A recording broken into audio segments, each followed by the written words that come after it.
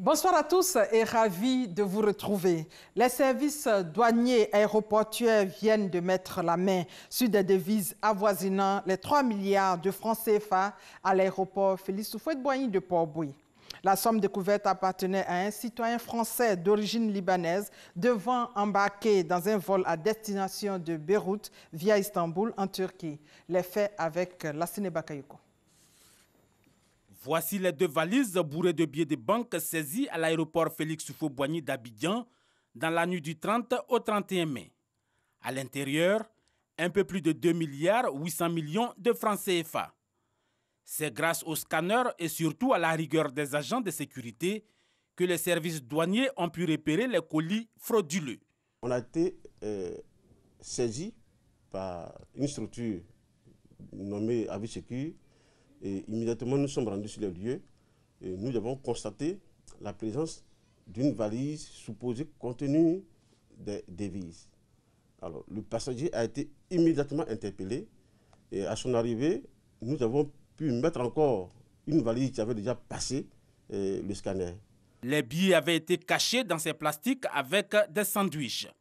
Le tout soigneusement enveloppé dans des vêtements. Devant les enquêteurs, le fraudeur en partance pour Beyrouth via Istanbul, ici en image, a d'abord tenté de nier les faits avant de passer aux aveux. Tombant du coup sous l'infraction d'exportation en contrebande de billets de banque libellés en euros et en dollars. En matière de transport physique de devises, les procédures sont pourtant bien simples. Si vous êtes résident et que vous sortez hors UEMOA, alors la quantité, la valeur que vous devrez avoir, c'est 2 millions de francs CFA convertis en devises. Mais si vous avez des CFA et que vous êtes dans la zone UEMOA ou CEMAC, alors la circulation est libre, mais à condition de faire une déclaration. En attendant l'ouverture du procès, le trafiquant présumé a été placé sous mandat de dépôt au pénitencier d'Abidjan. À Boaké, le procureur de la République, près le tribunal de première instance, fait le point de l'enquête sur les événements meurtriers de Beomi. Le magistrat a annoncé à ce stade de son enquête 14 morts et 22 interpellations. Il a aussi rappelé le retour au calme et la reprise des activités socio-économiques. À 20 h, le reportage complet de Léon Bro. Dans l'actualité sanitaire, la lutte contre la dengue avec l'opération de démoustication à Cocody.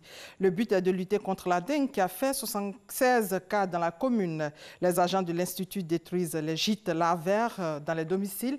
Ils font aussi de la sensibilisation. Hors de nos frontières, en République démocratique du Congo, l'ancien chef de guerre et opposant Jean-Pierre Bemba annonce son retour pour le 23 juin. Il n'a pas précisé le rôle qu'il entend jouer face au président Félix Tshisekedi, qui doit désigner un gouvernement en coalition avec son prédécesseur Joseph Kabila. Au Soudan, les militaires utilisent la force pour disperser le sitting, une opération qui a fait de nombreux morts selon un comité de médecins. Au total, 13 morts. L'ONU condamne la dispersion violente des manifestations donc. Et puis pour terminer, la visite d'État officielle de Donald Trump au Royaume-Uni débute ce lundi. Le président américain a été reçu par la reine Elisabeth II avant d'aller se recueillir sur la tombe du soldat inconnu. Une visite de 3 jours qui ne manque pas de faire parler d'elle. Et voilà, c'est la fin de ce flash. On se retrouve à 20 h. Merci de votre fidélité.